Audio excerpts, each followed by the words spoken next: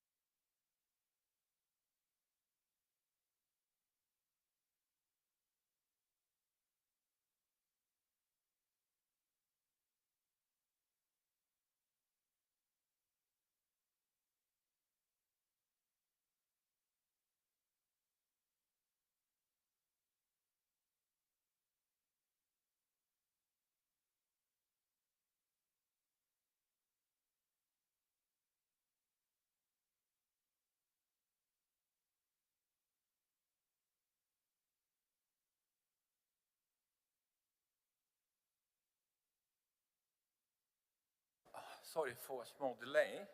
Let's wait for another couple of minutes before we begin. I can't see our chairman.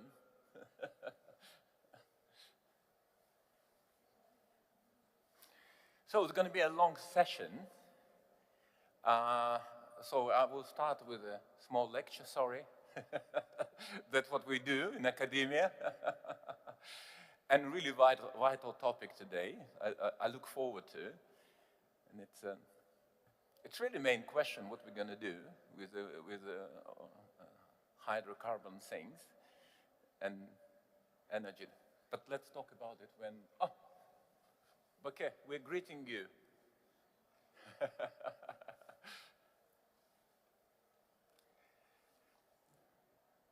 It's okay? Приветствую вас. Assalamu alaikum. Good afternoon, dear ladies and gentlemen. Salamat Sudarmat. Добрый день. I will be moderating this session. My name is Chokan Mulin. I am professor at Cardiff British Technical University in Almaty and a vice chair of Committee on Sustainable Energy of European Economic Commission in Geneva, UN. And it's a great honor for me to be here. And first of all, of course, I would like to express my colossal gratitude to Bulat and the fantastic team for so excellently organizing this remarkable event. And within a few sessions, if you attended them, you would notice that we try to highlight all the angles around energy issues. And really, energy is a pivotal thing for the whole humanity. All our history, it's revolved around energy. We may call it even these milestones of history, so the Stone Age, which lasted in different estimation up to 1 million is the longest period in history, is still with us, because in Italy you may find a lot of beautiful houses made of stones. And those institutions which were created during that long period are still with us. We use them, some of them we use artifacts we use every day, for instance, knives, or social institutions like marriages, religion, culture, music. It was all born in that period. However, as Einstein famously put it, the Stone Age was over not because we ran out of stones. It began new era, the Bronze Age began when we mastered another form of energy, which was fire. And it lasted long period before we invented oven. And this is how an Iron Age began. And with it, the new development of civilization, which started in the Bronze Age. And really, we think of it as a long period, but indeed, its civilization counts only 6,000 years.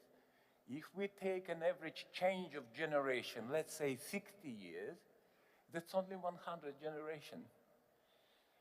And what is remarkable, that within 1 century, we managed to burn so much of fossil fuel, the energy which had been accumulated for billions of years, millions and practically billions of years. Apart from uranium, it's always, you know, of course, from high school, it's the result of photosynthesis. And the 20th century was named as the atomic age.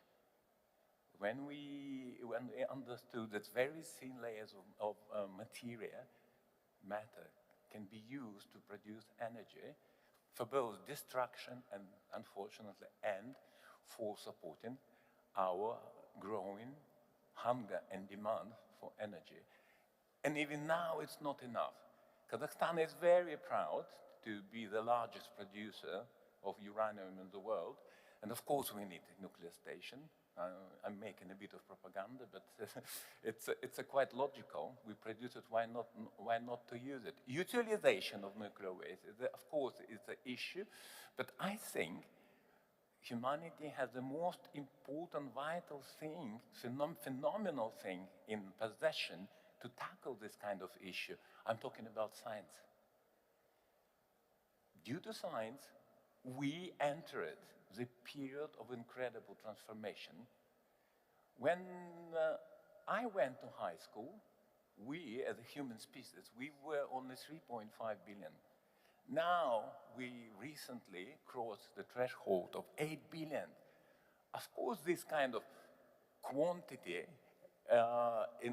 in Hegelian philosophy, it's a quantity marking critical period and turning into another qualitative phase. But physicists call it phase transition. That's what we experience. And the next age already has a name. It's a quantum age. In my personal humble view, we can't make green transition until we do a lot of research. We find new forms of energy, transmission, production of energy, but it doesn't mean that old form of energy will disappear. No, not at all. I think all of them, and oil, gas, and even coal, will remain with us. And for Kazakhstan, it's very vital.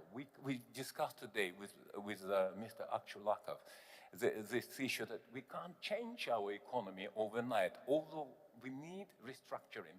Kazakhstan will face it if we keep following the Paris Agreement, which we signed, and it's quite logical. Climate change, it's despite all the noise around it, surrounding this challenge, it does exist.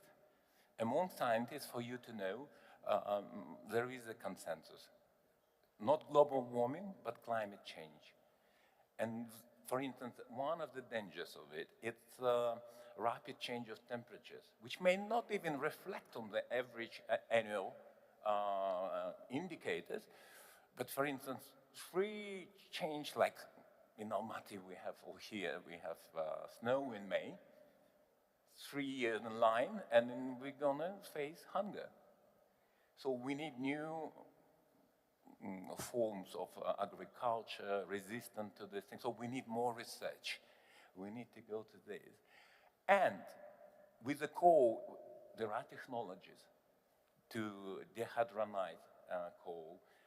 Oil is going to use as a polymer. I'm sure that new forms of chips and non-silicon electronics will come not from silicon, not from the stone, but from polymer. And of course, Kazakhstan is very blessed with almost all kinds of critical minerals. The thing is why it's, we scientists, we always knew about the importance. But today, with growing demand for electronic industry or high tech, it's all of these qualities revolves mostly around 3 groups of 17 rare earth metals. So for instance, and transit metals. So for instance, red color is terbium, green color is europium, and touchscreen connectivity is indium. So and all high tech of today in the future would depend on these not yet fully discovered qualities. And that is why Kazakhstan is becoming important, because 29 out of 30 critical minerals we have in possession in our bowels. There are also other issues, how to extract them, how to process, how not to harm our environment, and all other things. But it's all doable. Once you have resources, then you have future. And everything is about energy. And we would like to highlight, in my view, there are no contradiction between old energy forms that we've been using for more than a century, in the case of coal even earlier, and the new forms. But the thing is that expectation, global expectation, that old form energy companies, government dependent, would finance new transition, would finance research, would provide new foundations for new appearance of new technologies, of new ways of treating it. We need to save energy. We lose a lot in our grids. Up to 40% of global energy is lost because of the places of production of energy are remotely located from the places of consumption. And this gives a lot of problems. And research can help. At our university, Kazakh British Technical University, a couple of years ago, we launched a research group all together with the Cavendish Lab, which is the Department of Physics of the University of Cambridge. And we name it our group Novel Superconducting Materials. So we want to, superconductivity is more than 100 years old phenomenon, and there are 200 superconductors. Superconductivity is free motion of electrons. So energy can be stored and transmitted to the end of the universe once the phenomenon is active. And recently, this decade, humanity entered the era of room temperature superconductivity, which is due to the discovery of Mikhail Yeremets and Nikolai Dроздов from the Planck Society in Germany. Although it requires a lot of pressure, it creates enormous potential for energy sector. The Times wrote a couple of years ago that it's going to be bigger than AI. So economic impact, social impact of this. However, we are still in using oil, gas, and coal. And I would like to start and to ask our participants' opinion on how to deal, their view on how to combine this contradiction of two. What is policy? We've got Luca Vignati representing Eni. We've got Pedro Miras of World Petroleum Council. We've got a commissioner from Eurasian Economic Union Commission. We've got Vice Minister of Energy, and we've got our distinguished chair of host hospitality, the Nomos. So, Bulat Uravich, I would like you to address this issue first, being a host of this remarkable gathering. Thank you. The floor is yours. Thank you, Jukan, and good afternoon to everyone. Вообще, в целом, хотелось бы... In general, I would like to discuss a quite important question, which is global energy transition that everyone is discussing now in the world, and we hear about it at all conferences, even at the level of platforms like General Assembly of the United Nations. Yes, this question is very important. It is important from the perspective of finding the balance. That's why it's an energy transition. It's not a secret that the global energy is in the process of transformation. And today on the agenda we have 3 global tasks or issues. They're interconnected. Well, they are as follows. The first one is achieving climatic stability, ensuring energy security was so important. And the third one is maintaining the availability of resources and affordability for the social and economic development of the society in general. It should be mentioned that all these 3 tasks sometimes can be mutually exclusive, depending on the different situations in different regions in this world. As you know, still in the many regions of the world we have millions of people who still have limited access to the reliable energy sources. It's not a secret. And therefore, I would like to mention the following. Hydrocarbons, oil and gas continue to play a strategic role in the global energy and power sector, despite the growing investments into renewables. Oil and gas, I believe, will remain key sources to ensure industry and in this operation and the work of the industry, and they will be vital, important for transport and for the utility sector. It's obvious, and it's not a secret that hydrocarbon producing companies use hydrocarbons as the main source of their national budgets, according to the forecast of international organizations. It is forecasted that this role will still be there during the upcoming decades. Well, discussing the hydrocarbons issue goes beyond the topic of clean energy only, as it is also related to the fair transition, elimination of barriers for developing countries, as all countries are at different development stage. And second, it's about geopolitical consequences of the market transformation. And the third, it's about coordination of the international policy in the context of the high uncertainty. And this forum is one of the platforms where we discuss the questions related to the high uncertainty and energy transition. So we discuss all these questions here. In this context, Kazakhstan has a special position.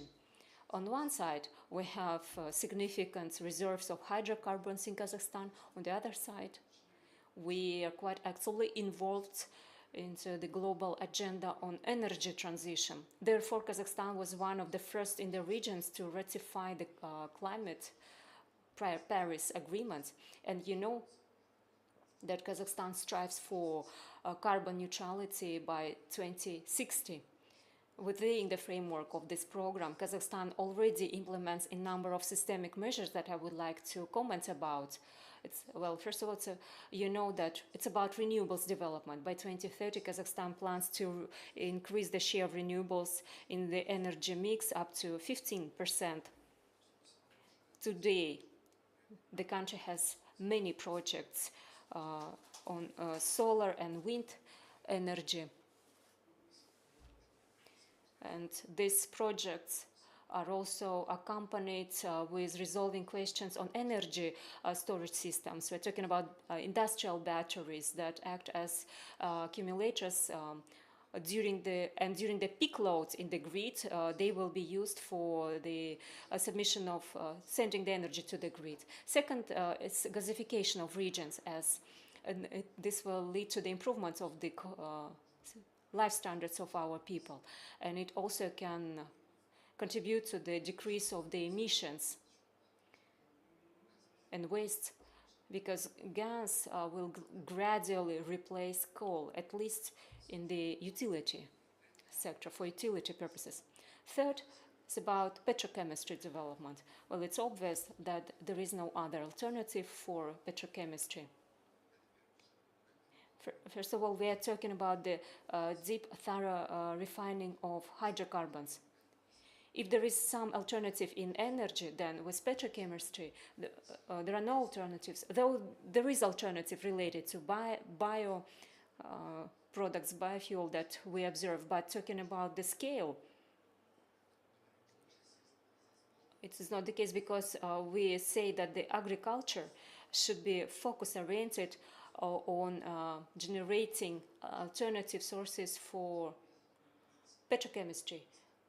And now we are facing the choice to use agriculture for food or agriculture for industry. It's quite a debatable choice, so it's somehow controversial. So therefore, the main source is hydrocarbon. And also the implementation of technologies aimed at carbon footprint reduction. Kazakhstan implements and develops projects on carbon capture and storage. Though they're at initial stage, but technologies already exist in this regard. One of the directions here is ensuring energy efficiency, that together with digitalization will result in the decrease of hydrocarbons consumption because of the more effective use of this resource. Kazakhstan also actively participates in various international initiatives and in the dialogue on climate and energy. We closely interact with UN agencies, the European Union organizations, and large international organizations. You know that this forum is attended also by International Renewable Energy Agency management, leadership, so they attend this forum too. So we develop all these directions. So distinguished colleagues, the future of global energy is still in the situation when we're trying to find a proper balance, trying to choose between trying to resolve environmental issues and economic interests. Well, we know that economic interests and the well-being of country directly impacts the social stability in any country. And Kazakhstan believes that hydrocarbons they still remain to be important. They are still important in this balance, but they should be used with the use of advanced clean technologies, and that's why the head of state said that we should continue to use coal, but the use should be more secure, more effective. And here, yes, it will be important to work with the scientists who will develop this type of relevant technologies. So we consider energy transition not as a threat, but it's a it's an opportunity, first of all, opportunity for the sustainable development, for the modernization of the economy, and also for the expansion of international cooperation and partnership. So that's my opinion. Thank you so much for giving me the floor and for your attention. Thank you so much, Mr. Bolat.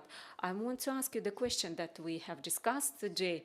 It's not a secret that the most relevant question of in industrial sector and agriculture in Kazakhstan is absence of certification.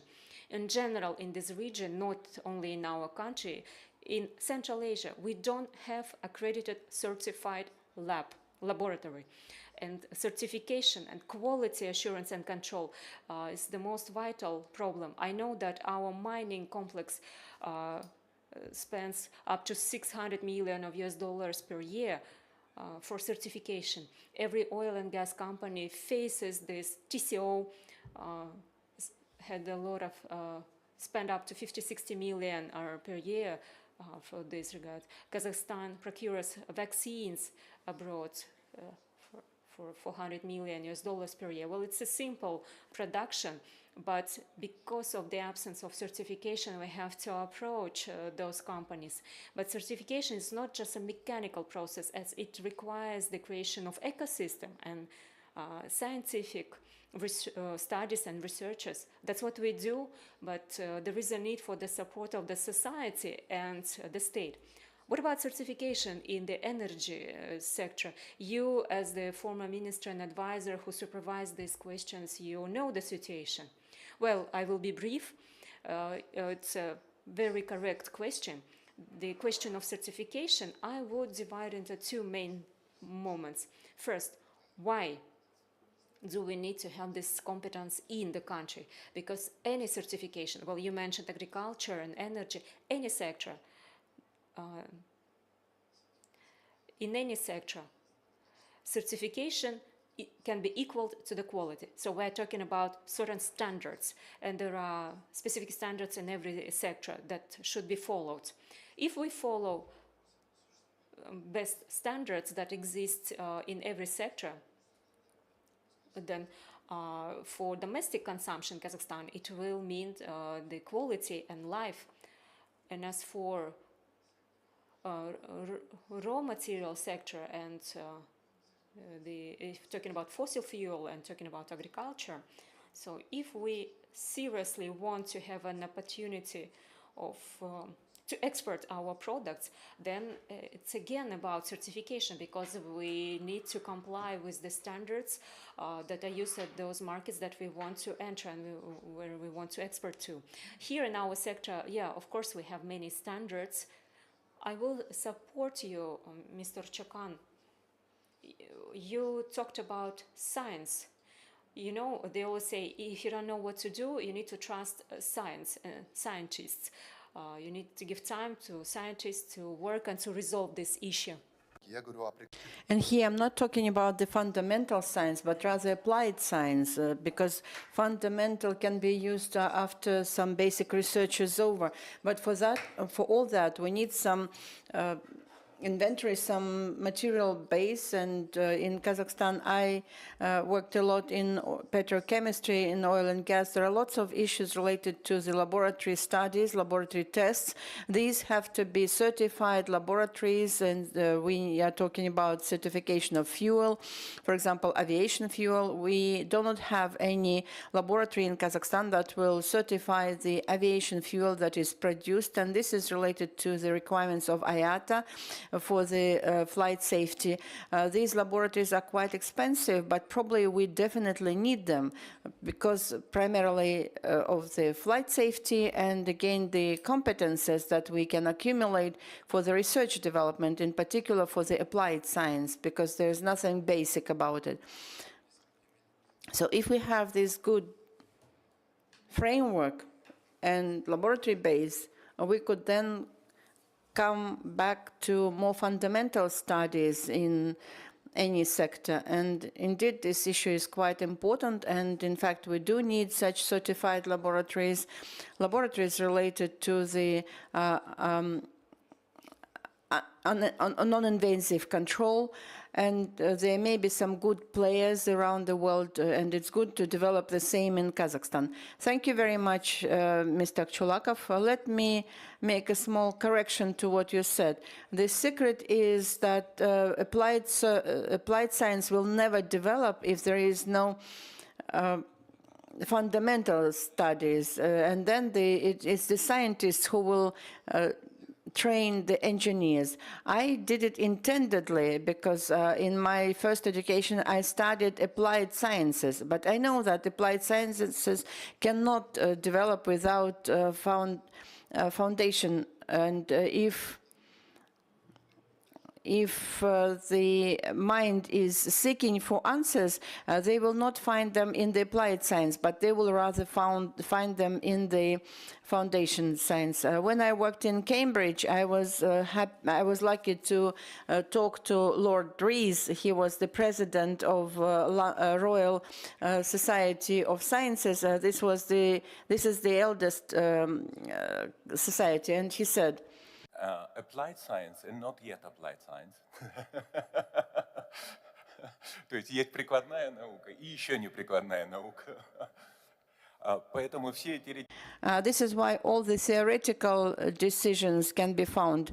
I recall that one of the fathers of the nuclear structure, Adam Farrell, in 1933, stated that in the observed future, there will be no applied sciences. Even the genius of Rutherford was mistaken, because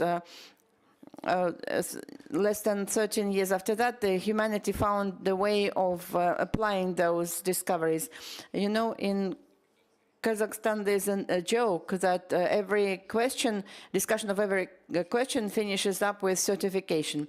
So irrespective of the regimes, of the modes that form the policies, of the state that forms the policy, the certification does play a key role, or it will define the research or energy policy. I would like to give now the floor to Sanjar Zharkeshev, the Vice Minister of Energy, to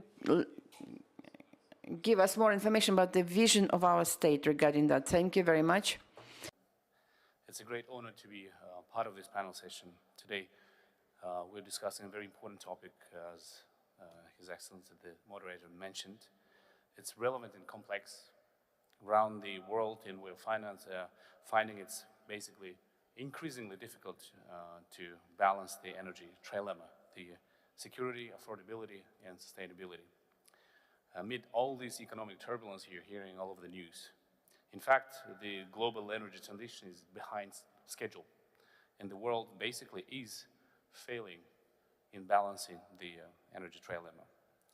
Yet, even as we struggle with this balance, global energy demand keeps rising, in part due to economic growth, digitalization, and the artificial intelligence advancements. The overall energy consumption pie is getting bigger, so it's significantly bigger. Consider that by 2050, the world energy consumption is projected to be about 46% higher than in 2020. In other words, the energy pie is getting so much bigger, since technologies like AI add significant new demand on top of traditional growth drivers, as economic drivers all over the world. This rise in demand means we will need all energy sources working together. There should be no competition between hydrocarbons, nuclear, and renewables. Instead, we need complementarity. Renewables will grow substantially, but fossil fuels will still dominate the global energy use for decades, as Mr. Akchulakov just mentioned. Put simply, the world needs oil, gas, coal, nuclear, wind, solar, all of it. We must embrace an all of the above mindset in which energy source finds its niche. What's important is making each source cleaner and more efficient, rather than excluding any source outside. I want to talk about the return of pragmatism to the world energy policies. Around the globe, we observe a return to the reality, to the real pragmatism. Energy policies are rebalancing toward realism after a period of, I would say, a decarbonization overdrive. High ideals collided with hard reality, and reality is winning. We see countries re-evaluating coal and refocusing on traditional fuels for stability. Likewise, international oil and gas companies have pulled back on many of their all-out renewables investments and are refocusing on natural gas and core hydrocarbons, a trend described as a renaissance in the oil and gas industry. At the same time, there is a growing acknowledgement that developing countries, the so-called middle powers like Kazakhstan, that need a fair, a differentiated approach in the energy transition. There is no one energy transition KPI applicable to all countries or regions, as we have different starting points and priorities. A fair energy transition means accounting for these differences. We firmly believe that energy transition path will not be identical for a nation in Europe or a nation in Central Asia or Latin America. And that's okay.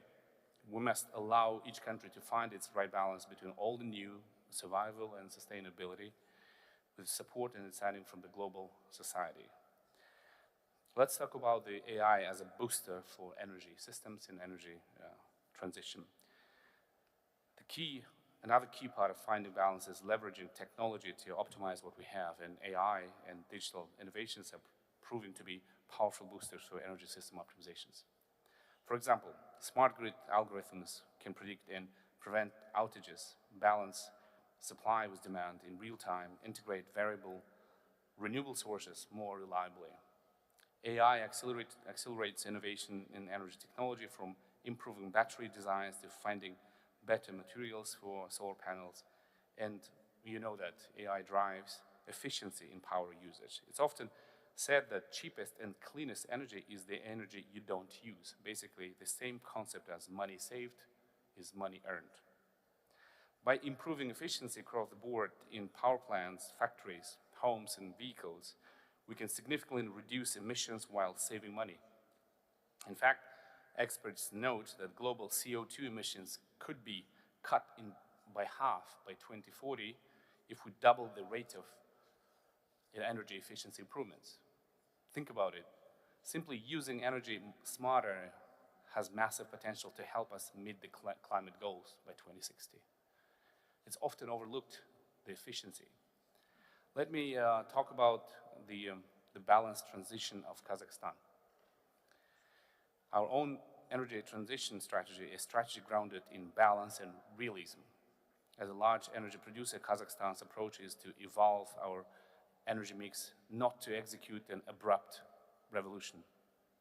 Hydrocarbons will continue to play a significant role in the economy of Kazakhstan and energy system for the foreseeable future, but we are committed to using them in cleaner and more efficient ways. This means investing in technologies like advanced emissions controls and even carbon capture for coal plants, essentially clean coal technologies to minimize the negative impact of the coal combustion. We rank in the top 10 countries globally for coal reserves, and it would be neither practical nor prudent to simply abandon such a resource. Instead, we're working to modernize coal-fired power plants with cleaner technology because, as analysts have observed, it is simply too early to talk about the end of coal in countries like ours.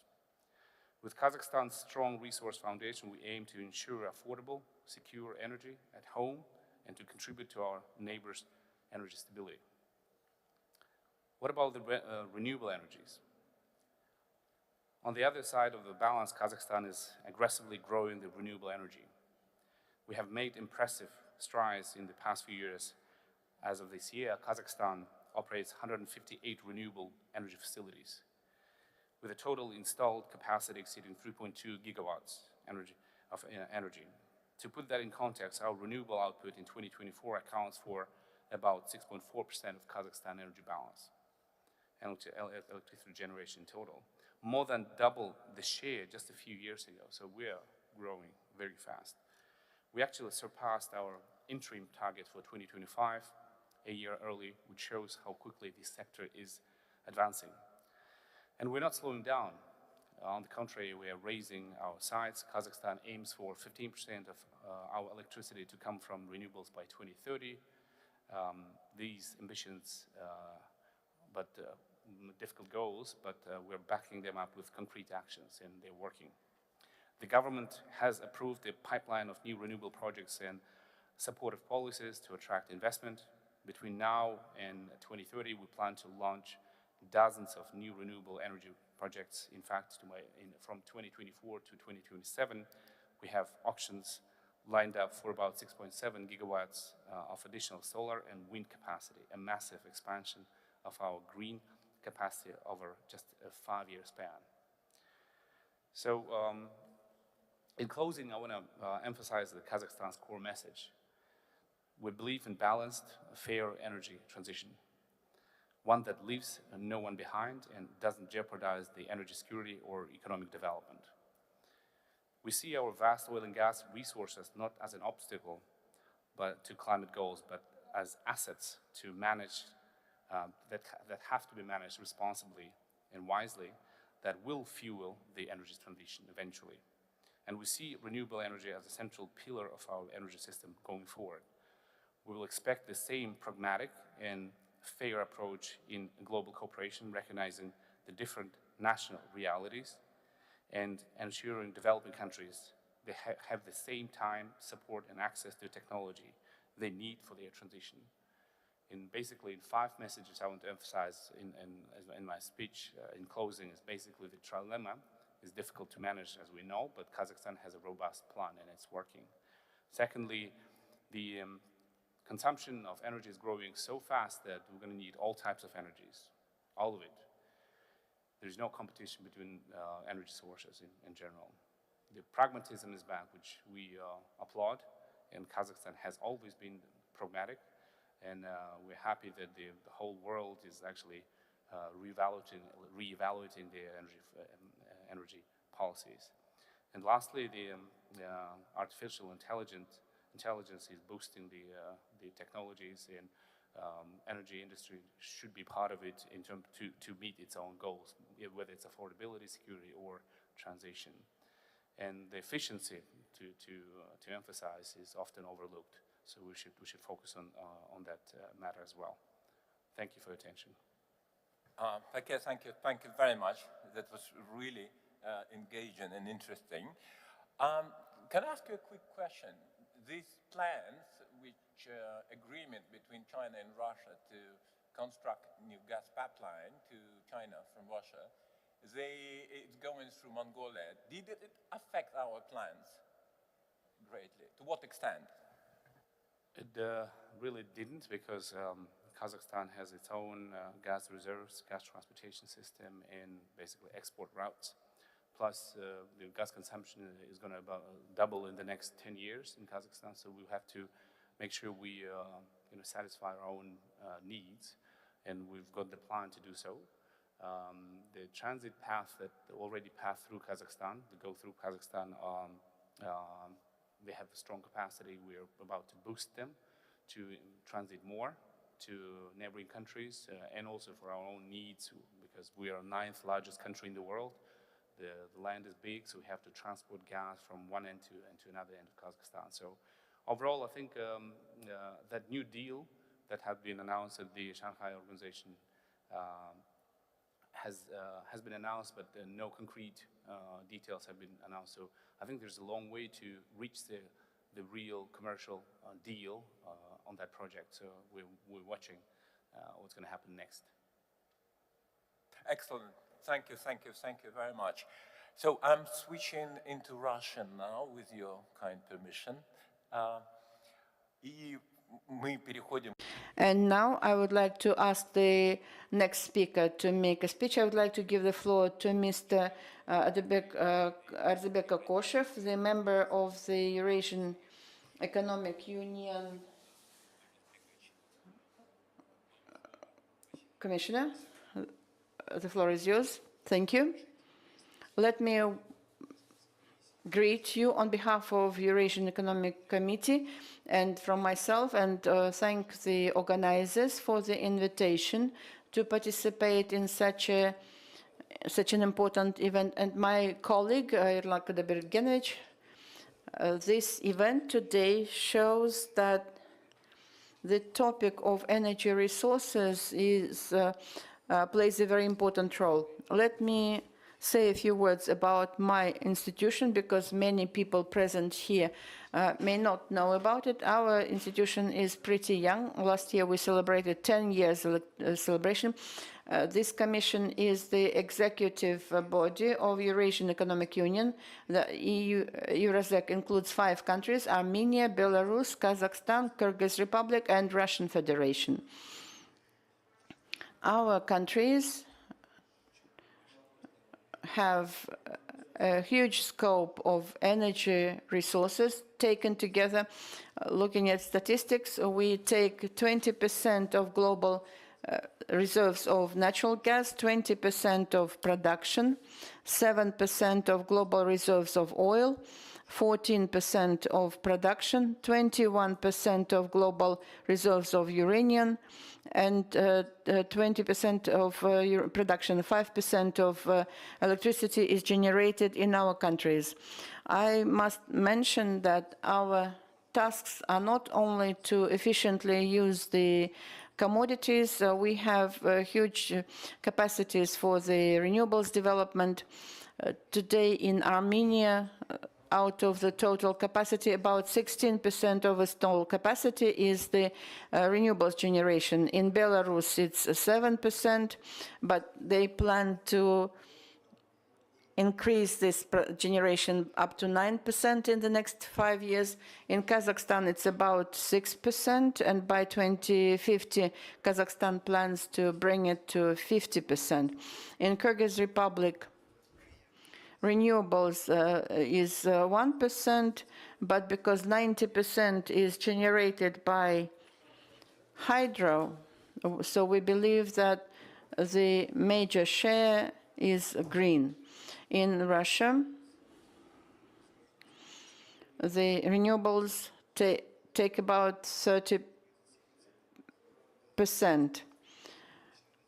I must say that the development of renewables in our union in the nearest future will take an important place, and we stipulated that in our future development declaration until 2030. And I must say that we pay a lot of attention to the development of nuclear power. 3 countries, Armenia, Belarus, and Russia, already have nuclear power plants. Kazakhstan has planned construction of 3 nuclear power plants. Kyrgyz Republic is now considering construction of a small nuclear power plant, and I believe that this issue will be decided soon. I must say that the global energy transition process is now being accelerated, fostered by not only technologies, but also supported by the intentions of, for example, as the representative of OPEC said, that the consumption of the traditional fuels will increase. And I must say that in 2015, the Paris Declaration was signed, and most of the countries signed it as well.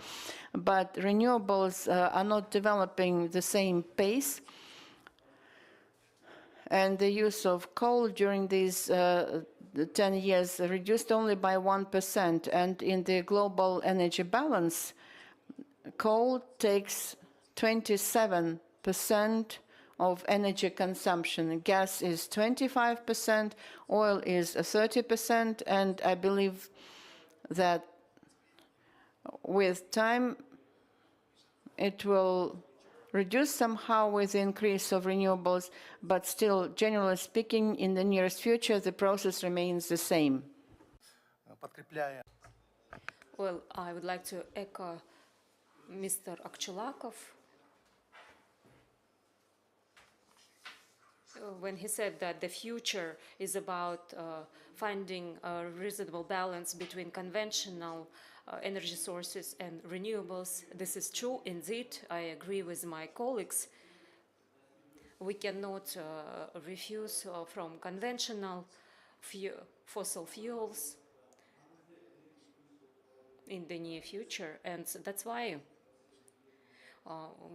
we need to resolve questions related to global energy security, because in this context we cannot destroy the energy systems that we already have while chasing for reputational image. We need to pursue comprehensive, complex approach, but the share of renewables will increase every year.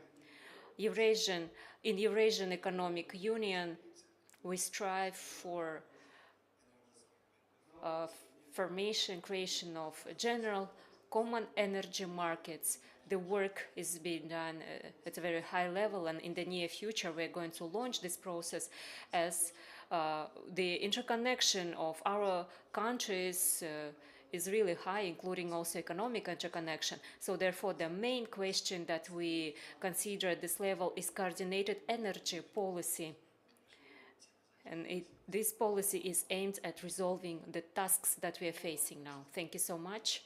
Я вам хотел задать вопрос. I wanted to ask you a question, but you have already answered this question. You mentioned this finding a balance. That was the answer. Finding and remaining the balance, energy balance, and one of the most vital issues of the energy sector. We all remember that sad experience in Spain, in Portugal, this spring, when I am a member of academic committee of GuideCo in Beijing. It's a global corporation that working towards uniting all the grids of the world. It's actually a fantastic idea, although it's not very doable at the moment. But if we would have a united grid, we could transfer a colossal amount of energy from one half of the globe to another, from day to night, and so on. And the CEO of Portuguese grid in May, in Beijing, he said, we missed only 3 seconds. And then blackout came. And it took incredibly, because the Chinese faced with this some time ago, with this problem, but now they managed to balance this system in such a way that, first of all, they met their Paris Agreement goal for 2030 last year. That was really impressive. And this year is really indicative in terms of, because renewables take 30% of their energy production. How they're going to maintain balance is going to be interesting to see by the end of the year. And I look forward to coming back to Beijing and to learn, to study more, because it's a really challenge. And so we going global. I would like to give floor to our distinguished representative of the World Petroleum Council Energy. Pedro, the floor is yours, please.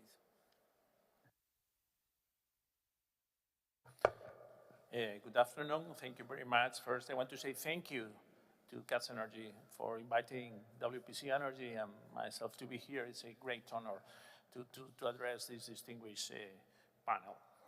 Well, a few things that first I would say that I agree almost everything that I have heard before, because I think it's a good approach to think that energy is not only one thing, it's a combination of many other things. But let me say a few things first. One is that we are using all the time the word transition, and I think it's not the best way, not the best word that we have to use. Because transition means that we are in one place, we are going to be to another place in which we understand we want to be, and we know more or less how long it's going to take. But this is not the case. Probably we know where we would like to be, but I'm not sure if we are going to be able to do this. We don't know how to reach it, and we don't know how long it's going to take. So probably the best is to speak about transformation. And believe me, this is what our energy sector has been doing from the very beginning, as you told us. We are all the time in transforming. The second is that oil and gas is going to continue for a long time. If you see the consumption nowadays, the consumption over the world is around 600 and something exajoules, and it's growing year by year. And if you see the breakdown of the oil energy that the world is consuming, around 32 is oil, around 23 is gas, close to 30 is coal. Do you know what was the breakdown when the first COP? Exactly the same. I think only 1% has changed. It was 32 or 30-something oil, 20-something gas, and coal. So we think that we are doing many things, but we are not. If we think that we are to face a world in which hydrocarbons are not going to exist. This is not true. This is not going to happen. Even the most, I would say, optimistic or pessimistic predictions of the IEA will say that in the future we are going to continue using oil and gas. And this is normal. This is normal because one part of the world, a huge part of the world, is still to develop. And they have all the right to consume energy. And not one size fits all. Not one energy is going to solve the problem. What is good for the downtown in Madrid or Paris or New York, something that you cannot apply in the desert or in the jungle or in the small villages. And this is very important to bear in mind, that for the future, and unless we will find some kind of new technology that I think that is not on the table nowadays, probably in a few years will be, due to artificial intelligence. Artificial intelligence is going to lead us to somewhere that probably we don't know. But with the technologies that we have now, it's pretty sure that in a medium and long term, the conventional energies are going still to be in there. And the rest too, because we need all sources of energy, because we have to energize the world. You know, this is a very well-known number, that 700 million people in the world has no access to any kind of modern energy. And they have the right to have energy.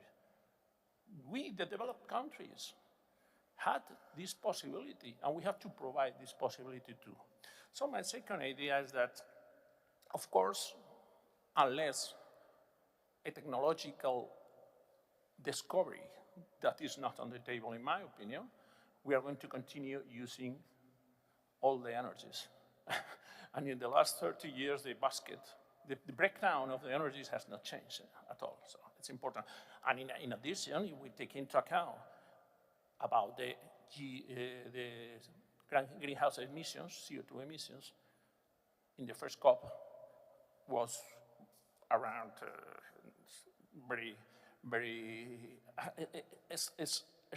it has been growing and growing every year. Now we are 35 gigatons. So that means that, well, probably we are not doing this transition. We are in transformation. And the last that I would like to say is that, well, if we understand that we have a responsibility that is to energize the world and to provide energy to everyone, whatever they are, this is not in any conditions. We have to be very focused on the three, what is called the trilemma. I don't like this word too, sorry. Because trilemma means that you have to choose 1 by 3, 2 by 3, but we cannot choose. Affordability, security of supply, and sustainability are so strong in the same way. So it's not a trilemma. There are 3 pillars that it was in the past. I remember 25 years ago that nobody was speaking about trilemma. They were speaking about the 3 pillars of energy. I think we were right then. We need energy that is secure. And the last geopolitical issues show us that it's something that is not granted. You have talked about the breakdown in the electricity grid in Europe and South Europe. It's true.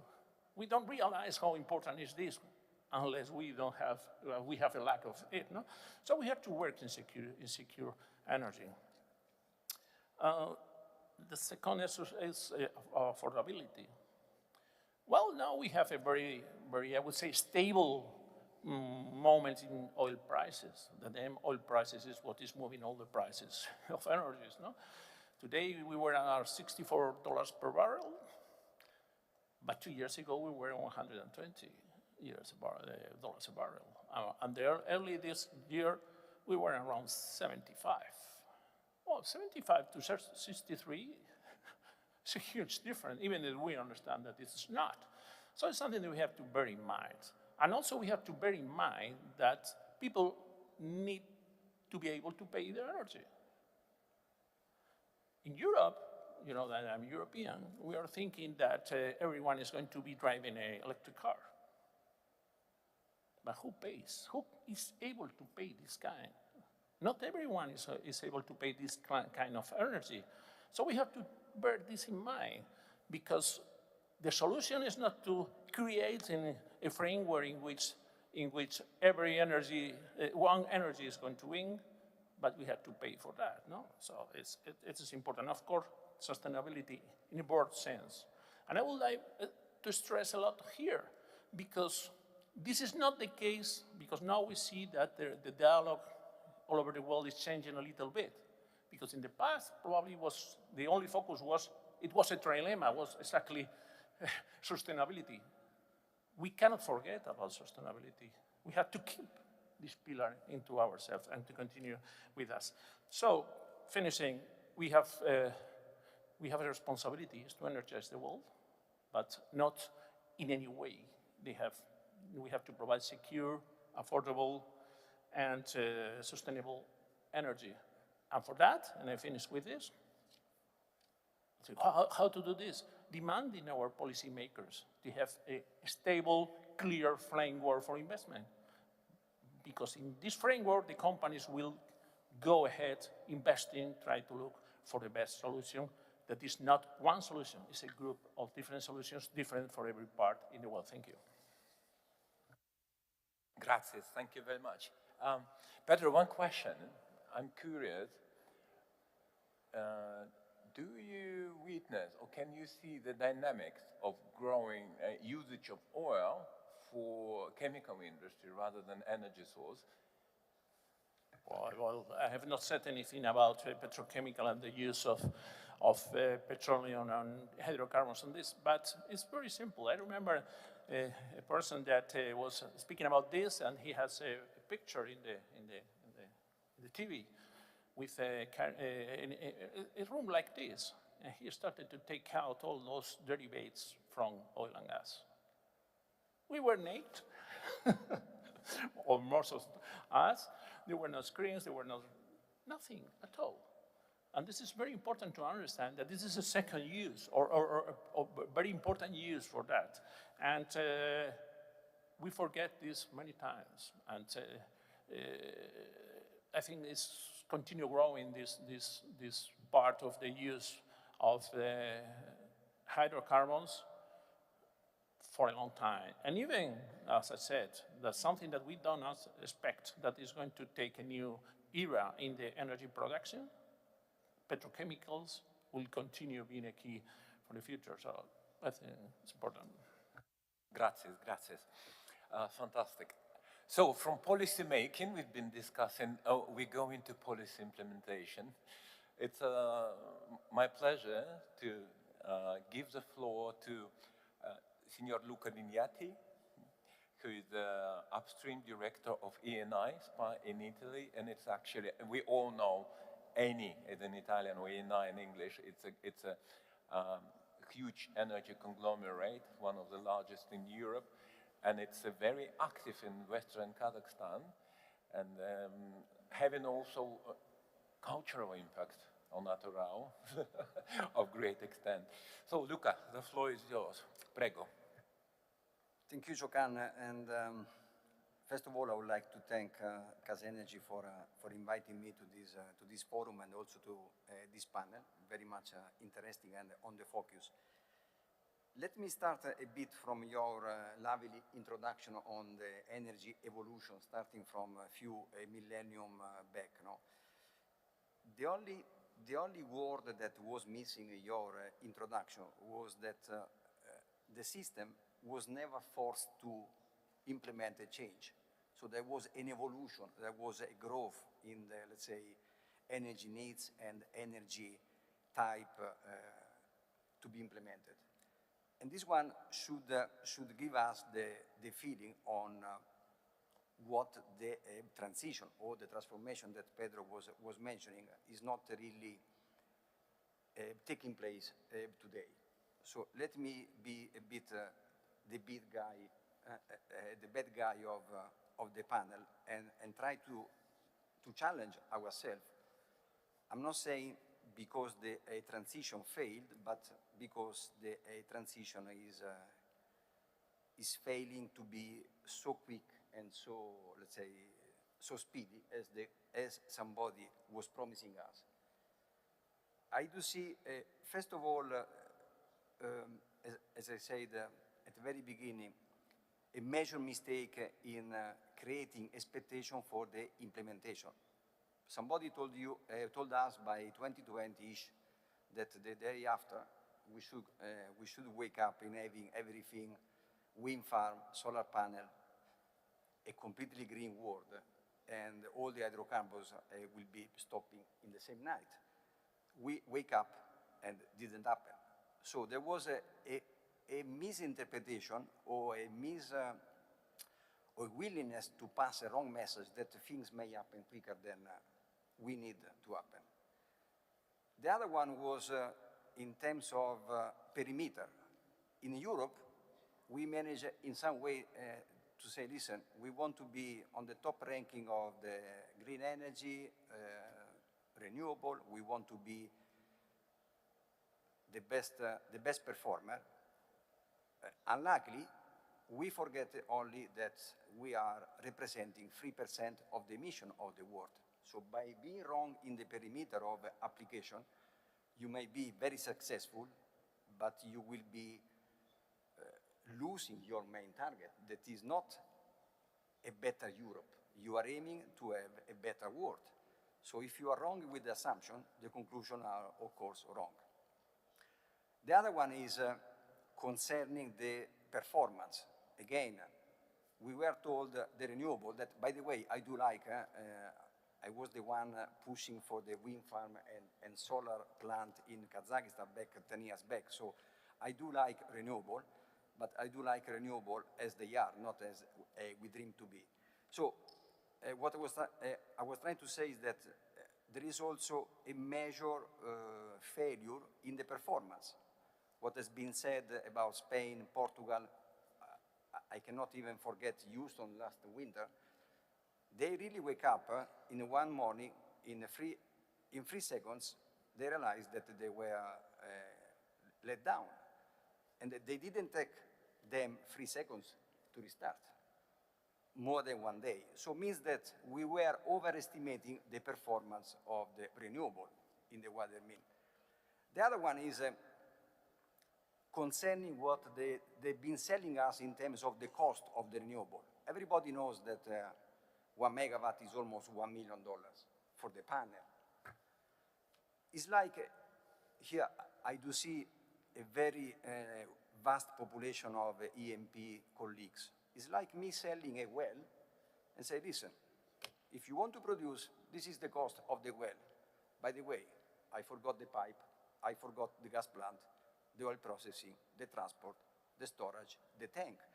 So by selling the renewable only with the solar plan was a major illusion, because people were believing that, okay, I can do it. What about the transmission? I'm keeping saying there is no transition without transmission. And nowadays we realize that the network are not up to speed in order to support the new energy wave. So I would say that the intention might have been very good, limiting, let's say, the temperature increase worldwide, and we forgot many, many details. And for a poor engineer like I am, we start with the wrong foot. I'm not saying that we should give up. I do believe firmly that the future of energy is a mix of everything, but should be a natural taking over of new energies, out of which I would like also to include the new nuclear, so that the oil and gas can be one day, don't ask me in which decade or in which century, should be or potentially must be phased out. If I give you also additionally the view from the so-called energy company like Eni, pretends to be.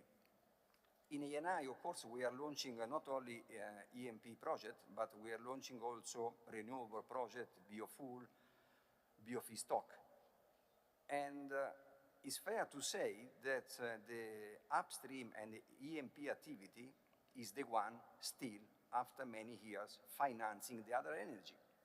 So if you think to switch off the source of dollars, who will be financing all this activity? Who will be supporting all these renewable to be installed? And no?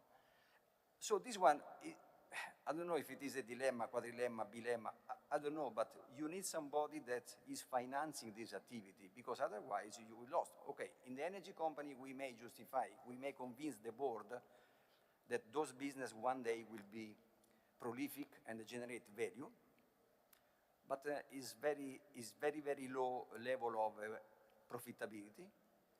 And we need, again, somebody or someone that is financing and trusting enough this new business.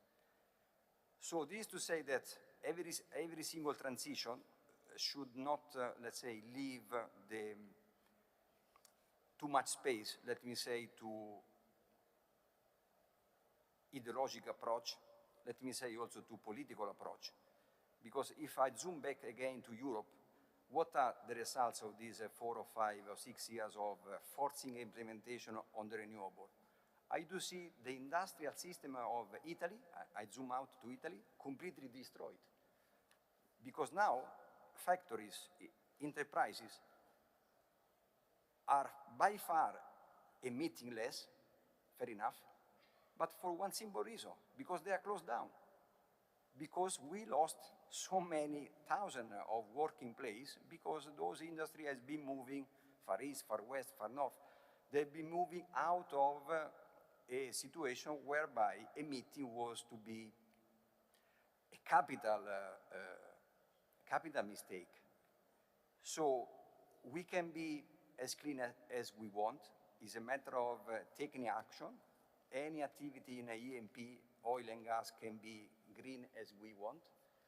Emission can be limited, but must be limited. There are a lot of ways of implementing, starting from reducing the flaring, optimizing the gas production, eliminating all the leaks, all the fugitive, CCS, just name them, is plenty of. But we cannot say that the only solution is to shut down a very, very prolific, not only for the energy company, but also for countries. This is a country where the oil and gas is one of the main pillars, if not the only one, very, very stable.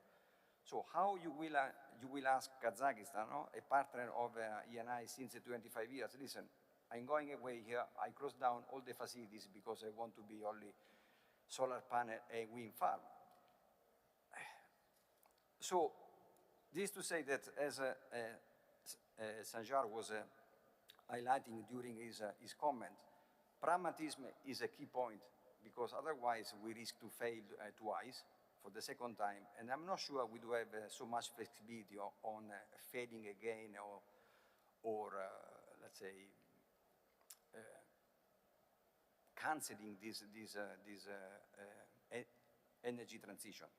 The last 2 comments that I was taking notes during the panel. First of all, I realized that renewable energy is much more local or regional or province level or oblast level than oil and gas. Because again, transmission is very, very costly. You cannot store and transport in an efficient way. While oil and gas, you can go by pipe, you can go by vessel, you can go by LNG. So the ability of fulfilling the energy security of every single country, producing or not, is there. With the power, you will not be in condition to fulfill any request. And the other one, if we want to call it a transformation or a transition, I'm keeping saying that in order to transit from point A to point B, we need to be on point A at least.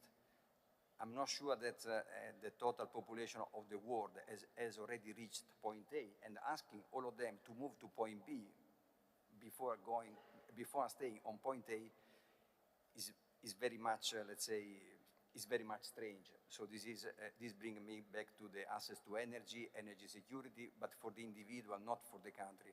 So let's make sure that everybody is on point A, and then we start about transition, because otherwise it will be a small transition in a small continent, or maybe in a small country that does not respect the original purpose of the energy transition.